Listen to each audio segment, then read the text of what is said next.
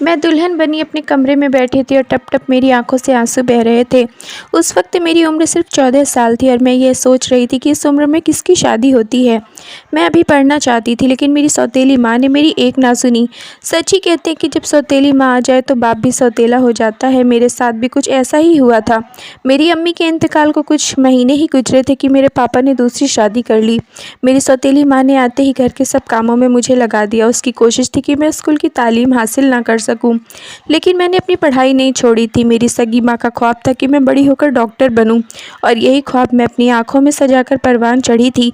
मैं बहुत ही समझदार थी और पढ़ाई में बहुत अच्छी थी। मैंने अपनी माँ से कहा कि वे मेरा स्कूल ना छुड़वाएं, मैं घर का काम खुद कर लूँगी, और फिर यही हुआ। सारे घर की जिम्मेदारी मुझ पर ही थी। मेरी सौतेली माँ किसी काम को हाथ नहीं लगाती थी, लेकिन जब देखा कि मेरा इसके बावजूद भी रिज़ल्ट बहुत अच्छा आया है, तो उसको यह बात बर्दाश्त नहीं होती थी। एक बार मेरे पापा से कहने लगी कि जल्दी से जल्दी अपनी बेटी का बोझ अपने सर से उतार दो। कल को जब हमारे बच्चे होंगे तो हम उनकी जिम्मेदारी संभालेंगे। यह सुना था कि मेरा दिल धड़कना भूल गया था। मैं अभी 8वीं क्लास में पढ़ती थी। मैंने सोचा कि अब्बू से कह दूंगी कि मुझे शादी नहीं करनी है, मुझे डॉक्टर बनना है। एक बार मैं किचन में बर्तन धो रही थी, साथ ही साथ खाना भी बना रही थी, जब मेरी अम्मी बड़ी हैरानी से किचन में दाखिल हो गई। मुझे कहने लगी कि छोड़ो इन सब कामों को, जल्दी से एक अच्छे से कपड़े पहनकर तैयार हो जाओ। मैंने कहा कि कहाँ जाना है, कहीं पर तो नहीं। कहने लगी कि मुझे ज़्यादा सवाल जवाब मत करो, बस वही करो जो मैं तुमसे कह रही हूँ। जल्दी से एक अच्छे कपड़े पहनकर तैयार हो जाओ, मुझे तुम्हें किसी से मिलवाना है। मैं अपने कमरे में चली गई।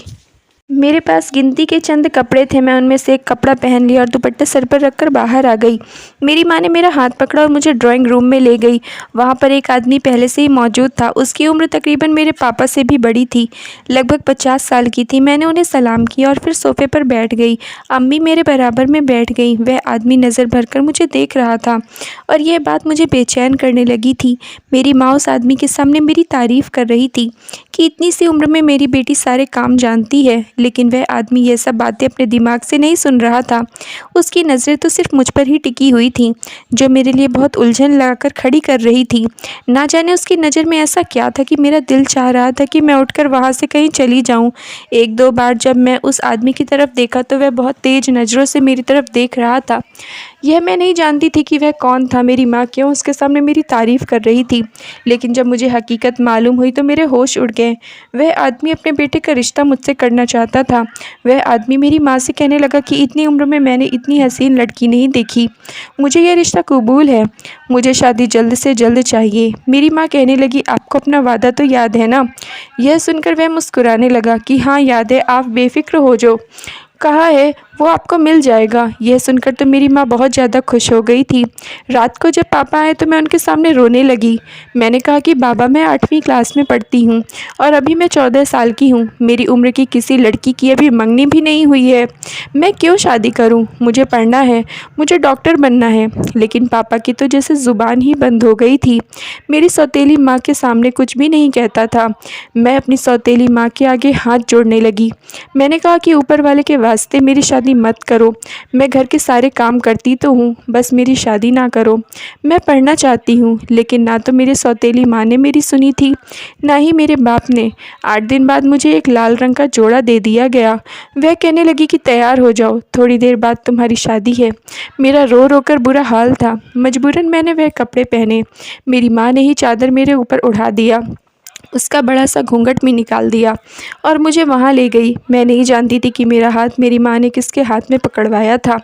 बस मेरा हाथ किसी के हाथ में था और मैं टूटे पत्ते की तरह जा रही थी जहाँ मुझे लेकर जाया जा रहा था। मेरा चेहरा घूंघट में था। मुझे एक गाड़ी में बैठा दिया गया था। उस वक्त गाड़ी में सिर्फ मेरी रोने की आवाज़ ही गूंज रही थी। फिर घर पहुँच एक नौरखनी ने मुझे कमरे में बिठाया, मेरी चादर भी उतार दी। मुझे देखकर वह कुछ हैरान हो गई। कहने लगी, तुम तो दुल्हन, इतनी छोटी सी दुल्हन। फिर अपने कानों को हाथ लगाने लगी कि जुल्म कर दिया तुम्हारे घर वालों ने, तुम तो बहुत मासूम और छोटी सी हो, एहतेशाम को कैसे संभालोगी। वह मुझसे बात कर रही थी कि तभी एक मर्दाना आवाज़ की पुकार सुनते हुए उस नौकरानी की रंगत उड़ गई थी। फ़ौरन से मेरे कमरे से बाहर चली गई। मैं तो पहले ही अपनी किस्मत पर रो रही थी, क्योंकि मुझे शादी ही नहीं करनी थी। थोड़ी देर बाद मेरे कमरे का दरवाज़ा खुला और जो आदमी अंदर दाखिल हो गया, उसे देखकर तो मेरी जान ही निकल गई थी। वह मुझे पागल सा लग रहा था। वह बार बार हंसता और कहता कि मेरी दुल्हन तो बड़ी प्यारी है, बिल्कुल बार्बी डॉल जैसी। उम्र में वह 25 साल का नौजवान था, लेकिन उसकी हरकत बिल्कुल बच्चों जैसी थी।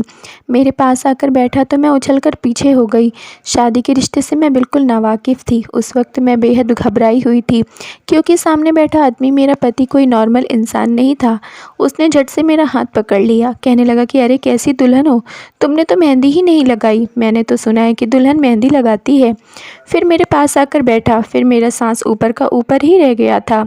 उसने मेरे सर से दुपट्टा उतारा। मैं बेहद परेशान थी, मेरी आंखों से आंसू बह रहे थे। उसने दुपट्टा उतारकर अपने सर पर ले लिया और फिर बेड पर खड़ा होकर ड्रेसिंग टेबल के सामने खड़ा हो गया। देखने में वह काफ़ी खुश शक्ल अच्छा इंसान था। मुझे कहने लगा कि देखो मैं कितना प्यारा लग रहा हूँ, तुमसे ज़्यादा खूबसूरत तो मैं हूँ। मैं तो उसकी हरकतों को देखकर ही डर से काँप रही थी। अभी वह यही बातें कर रहा था कि कमरे के दरवाजे पर कोई आया। उसने फटाफट दुपट्टा मेरी तरफ फेंक दिया और कमरे का दरवाज़ा खोल दिया। बाहर मेरा ससुर खड़ा था, उसके हाथ में दूध का गिलास था। वह मेरे कमरे में दाखिल हुआ, उसकी नज़रें अभी भी मुझ पर थीं। अपने बेटे से कहने लगा कि यह दूध का ग्लास पी लो। यह सुनकर उसने दूध का ग्लास लिया और एक ही घूंट में सब कुछ पी गया। फिर मेरा ससुर कहने लगा कि एहतेशाम, तुम्हारी बीवी तुम्हें कैसी लगी? वह हंसने लगा और कहने लगा कि यह दुल्हन तो बहुत छोटी सी है, नन्ही मुन्नी सी है, अच्छी है बाबा। यह कहकर वह जम्हाइयाँ लेने लगा और कहने लगा कि पापा मुझे नींद आ रही है, मुझे सोना है। ससुर कहने लगा कि हो सो जाओ जाकर अपने कमरे में। वह कहने लगा तो यह कमरा फिर किसका है? मेरा ससुर बहुत अजीब सी मुस्कुराहट चेहरे पर सजाकर कहने लगा कि यह तो इस दुल्हन का कमरा है, यहाँ सिर्फ दुल्हन ही रहेगी। वह फ़ौरन से अपने बाप की बात मान गया और कमरे से बाहर निकल गया। मुझे लगा कि मेरा ससुर भी बाहर चला जाएगा, क्योंकि यह कमरा सिर्फ मेरा है। लेकिन जब मेरे ससुर ने कमरे का दरवाज़ा बंद किया और दरवाजे की कुंडी लगाई तो मैं हैरत से सब देख रही थी। मैंने कहा कि अंकल, आपने दरवाज़ा क्यों बंद किया है? आप इस कमरे में क्या कर रहे हैं? वह बड़ी मुस्कुराहट सजाकर कहने लगा कि मेरा पागल बेटा तुम्हारी ख्वाहिश पूरी नहीं कर सकता, उसका दिमाग छोटे बच्चों की तरह है। यह कहकर वह मेरे करीब आने लगा। मैं उस रिश्ते से वाकिफ़ तो ना थी, लेकिन यह जानती थी कि शादी के बाद सिर्फ पति ही बीवी के पास आता है। मैंने कहा कि आप प्लीज़ मेरे कमरे से बाहर चले जाओ। वह कहने लगा कि मैं इतनी कम उम्र में किसी का ऐसा हुस्न नहीं देखा। मैं तो तुम्हें देखकर ही खुश बैठा था, मत पूछो कि मैं दिन कैसे गुजारे। अपने ससुर के मुँह से ये बातें सुनकर मेरा दिमाग चकराने लगा। मैंने कहा कि आपको शर्म आनी चाहिए, क्या कह रहे हैं आप? मैं आपकी बेटी जैसी हूँ। मेरी बात सुनकर हंसने लगा कि कौन सी बेटी, मैं तो तुम्हें अपने दिल की रानी बनाकर रखूँगा, बस दुनिया के सामने तुम मेरी बहू रहोगी। उस आदमी की बात सुनकर मुझे ऐसा लगा कि मैं भागकर कमरे से बाहर निकल जाऊं, अपनी इज्जत को बचाऊं, क्योंकि जिस तरीके की बात वह मुझसे कर रहा था वह रिश्तों की अहमियत को खो चुका था। फ़ौरन से मैं बेड से उठ चुकी थी और तेज़ी से बाहर की तरफ जाने लगी कि फ़ौरन उसने मेरा हाथ पकड़ा। मेरे ससुर मुझे अपनी गिरफ्त में लेने की कोशिश करने लगा। मैं कम उम्र होते हुए भी वहाँ से भागने की कोशिश करने लगी, उसके हाथों पर मुक्के मारने लगी, अपने आप को छुड़वाने लगी। कहने लगी, उस आदमी ने मुझे दोनों हाथों से पकड़कर पूरी तरीके से हिला दिया था और फिर मुझे बेड पर ज़ोर से पटका था। फिर गुस्से से बोला कि शोर मचाने की कोशिश किया तो तुम्हारा गला दबा दूंगा। मैं कम उम्र थी, इसलिए सब सह गई थी। हैवानियत जो रात को मेरे साथ बढ़ती गई थी। सुबह की रोशनी होने से पहले वह आदमी उस कमरे से जा चुका था। मेरा दिल चाहा कि मैं खुद को ख़त्म कर लूं या फिर अपने बाप के घर जाकर उसे अपना हाल दिखाऊं और पूछूं कि मेरा क्या कसूर था कि मुझे उस जानवर जैसे आदमी के हवाले कर दिया गया। मैं उस आदमी को इंसान नहीं कह सकती थी। जो कुछ आदमी ने मेरे साथ किया था वह कोई इंसान नहीं कर सकता। जानवरों में ही बिना रिश्ते को देखे हवस पूरी की जाती है। उसने भी रात को ऐसा ही किया था। रात को उसने यह राज भी मेरे साथ खोल दिया था कि मेरी सौतेली माँ ने उसे 5 लाख रुपए लिए हैं। क्या वह मुझे कभी पूछने भी नहीं आएंगे? सुबह के वक्त 9 बजे नौकरानी मेरे कमरे में आई। मेरी बिगड़ी हुई हालत देखकर उसने नज़रें झुका ली। मेरे चेहरे पर गर्दन पर खरोंचों के निशान थे। एक ही रात में जो हैवानियत को मेरे साथ किया गया था, मेरा मर जाने को दिल चाह रहा था। वह नौकरानी मेरे लिए नाश्ता लेकर आई थी। उसने मेरे सामने नाश्ते की ट्रे रखी और मुझे अपने साथ लेकर कहने लगी कि मुझे तो पता था कि वह लड़का पागल है, ऐसा ही करेगा। मैं पूरी रात तुम्हारे बारे में ही सोचती रही थी। कितनी मासूम सी हो तुम, ना जाने तुम्हारे माँ बाप ने क्या सोचकर तुम्हें पागल के हवाले कर दिया। यह सुनकर तो मेरी आंखों में आंसू और भी ज़्यादा तेज़ी से बहने लगे थे। मैं फूट फूट कर उसके साथ गले लगकर रो रही थी। उसने मुझे अपनी आगोश में भर लिया था। बेशक मैं गरीब हूँ, मैं घर पर काम करती और मेरी भी तुम्हारी जैसी बेटी है, लेकिन मैं अपनी बेटी के साथ कभी भी ऐसा जुल्म नहीं कर सकती हूँ। तुम्हारी माँ ने तुम्हारे साथ ऐसा क्यों किया? मैंने रोते हुए कहा कि मेरी सौतेली माँ है, इसीलिए उसने मेरी शादी किया है। यह सुनकर मैं अफसोस करने लगी, कहने लगी कि तुम कैसे गुजारोगी उसके साथ ज़िंदगी। और मैं उसे क्या बताती कि उसने तो मुझे छुआ ही नहीं। मेरी मासूमियत के साथ खेलने वाला तो मेरा ससुर था। नौकरानी ने मुझे नाश्ता अपने हाथों से खिलाया था। जख्मों पर उसने दवा भी लगा दी। मेरे लिए उस घर में सिर्फ वही मुझे अपनी हमदर्द नज़र आई थी। मुझे कमरे से बाहर लेकर आई। एहतेशाम सारे खिलौने रखकर खेलने में मशरूफ़ था। मेरा ससुर टेबल पर बैठकर नाश्ता कर रहा था। मेरी नज़र जब उस पर पड़ी तो मेरा दिल कर रहा था कि गरम गरम चाय का कप उसके मुंह पर फेंक दूं। मुझे देखकर उस आदमी ने मुस्कुराहट अपने चेहरे पर लाया था, जैसे मेरा मजाक उड़ा रहा हो। मुझे देखकर एहतेशाम फ़ौरन से खड़ा हुआ और तालियां बजाने लगा। कहने लगा कि मेरी बीवी आ गई, मेरी बीवी आ गई, इधर आओ, मेरे साथ खिलौने के साथ खेलो। मैं तुम्हें दिखाता हूँ कि मेरे पास कितने प्यारे प्यारे खिलौने हैं। मेरे पास आया और मेरा हाथ पकड़ा और अपने खिलौने के पास लेकर गया। उसके पास बहुत सारे खिलौने थे। कुछ खिलौने दिखाने लगा। मेरा ससुर नौकरानी से कहने लगा कि कुछ भी अच्छा खाने को बना देना भाई, हमारे घर में बहू आई है, अब जो कुछ भी बनेगा इसी की मर्ज़ी से बनेगा। मैं काम पर जा रहा हूँ, रात को खाऊंगा। यह कहकर वह हंसता हुआ बाहर चला गया था। उसके मुंह से बहू सुनकर मेरा दर्द फिर से हरा हो गया था।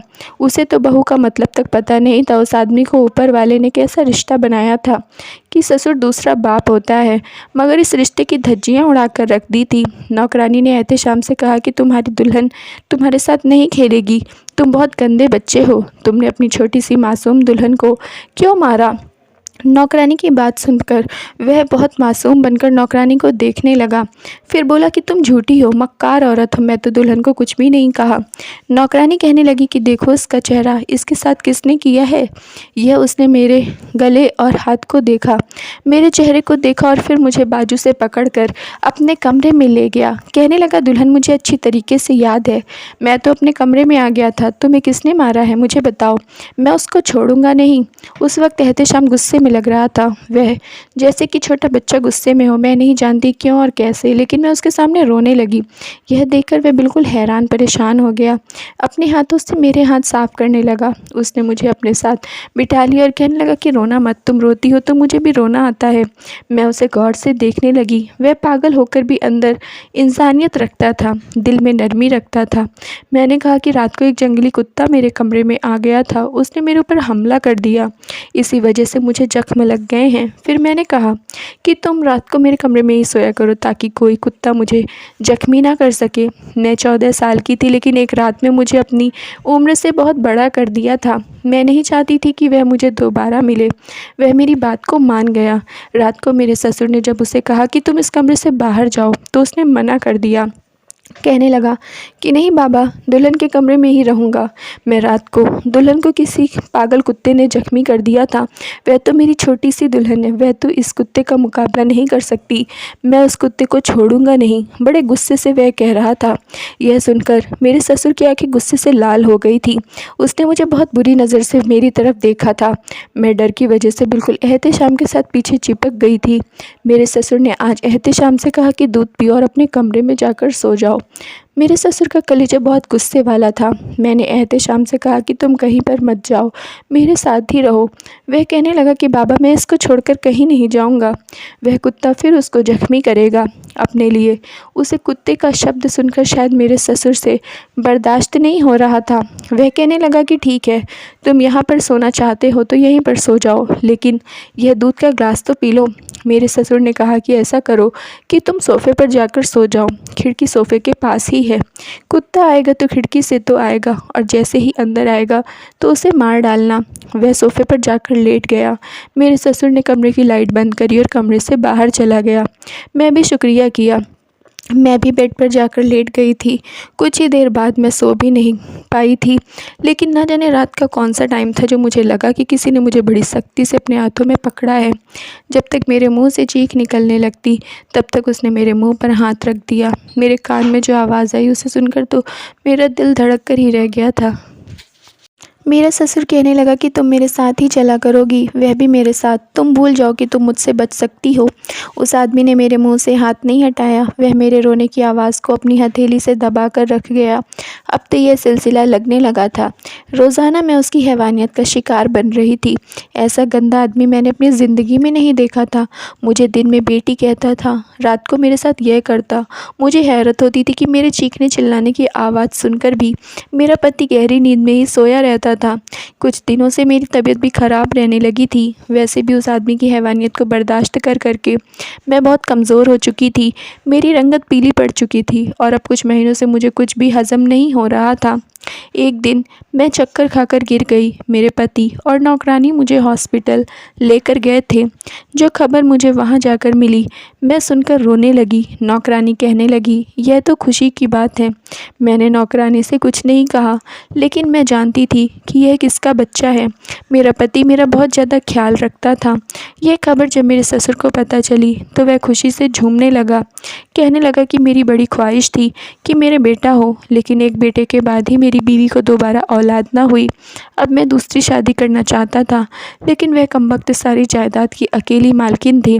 उसके मरने के बाद मैंने सोचा कि अब मैं दूसरी शादी कर लूं, लेकिन उस औरत ने सब कुछ अपने बेटे के नाम पर कर रखा था और यह वसीयत थी कि उसके मरने के बाद उसके बेटे का ही हक होगा या उसके पोते का। इसीलिए मैंने अपनी शादी की बजाय अपने बेटे की शादी कर दी। मेरी ख्वाहिश भी पूरी हो रही है और लोगों के सामने बहुत अच्छा भी बन गया हूँ। जिसने बेटे की खातिर दूसरी शादी नहीं की, उस आदमी की मन्नत खुलकर मेरे सामने आ चुकी थी। मुझे इतना अंदाज़ा हो गया था कि जो दूध मेरा ससुर मेरे पति को पिलाता है उसमें नशा है।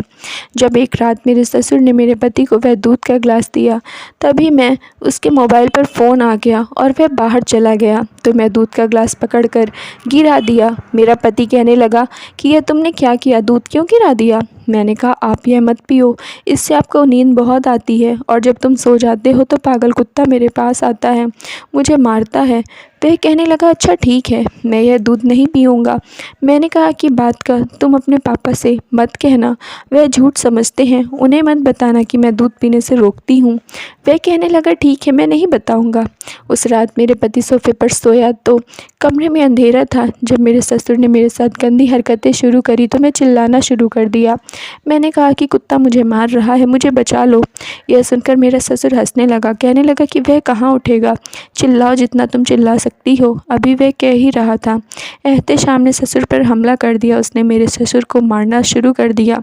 मैंने फ़ौरन साइड टेबल पर रखे लैंप को रोशन किया तो मेरा ससुर खून से लथपथ था और एहतेशाम उसके ऊपर बैठकर चाकू से उस पर वार कर रहा था और कह रहा था कि कुत्ते के बच्चे, आज तुझे मैं नहीं छोड़ूंगा। तू रोज़ मेरी बीवी को मारता है, आज मैं तुझे जान से मार डालूंगा। मैं नहीं जानती थी कि उसने चाकू छुपा कर रखा है। मेरा ससुर बेजान हो गया था। जब एहतेशाम ने अपने बाप की शक्ल देखी तो एकदम से चाकू छोड़कर पीछे हो गया। कहने लगी कि ये क्या हुआ, यह तो मेरे बाबा हैं। मैं रोने लगी। मैंने कहा, इसी ने मेरे साथ जुल्म किया है, यही मेरे साथ मारपीट करता है। मैंने कहा कि आप किसी को मत बताना कि अपने बाप को मारा है। वैसे ही वह बहुत ज़्यादा डरा हुआ था। मेरी बात मान गया। सुबह उठकर मैंने शोर मचा दिया कि रात को चोर आए थे। मेरा ससुर मेरे कमरे में आया तो चोरों ने उस पर हमला कर दिया और इसी ने मेरे ससुर का कत्ल भी कर दिया। थोड़ी बहुत पुलिस ने दाबिश करी और मामला शांत हो गया। मैं अपने पति के साथ बहुत ज़्यादा खुश थी। मैंने उसका बहुत अच्छी जगह इलाज भी करवाया था और वह काफ़ी हद तक ठीक भी हो गया था। मैंने अपना अबॉर्शन करवा दिया था और उस गुनाह को अपने वजूद से नोच कर फेंक दिया था, जिसमें मैं बिल्कुल भी कसूरवार ना थी। मैंने अपनी तालीम का सिलसिला भी शुरू कर दिया था क्योंकि मुझे डॉक्टर बनना था। Thank you friends. अगर आप लोगों को स्टोरी पसंद आई हो तो प्लीज़ लाइक कर दीजिए और चैनल को सब्सक्राइब कर लीजिए।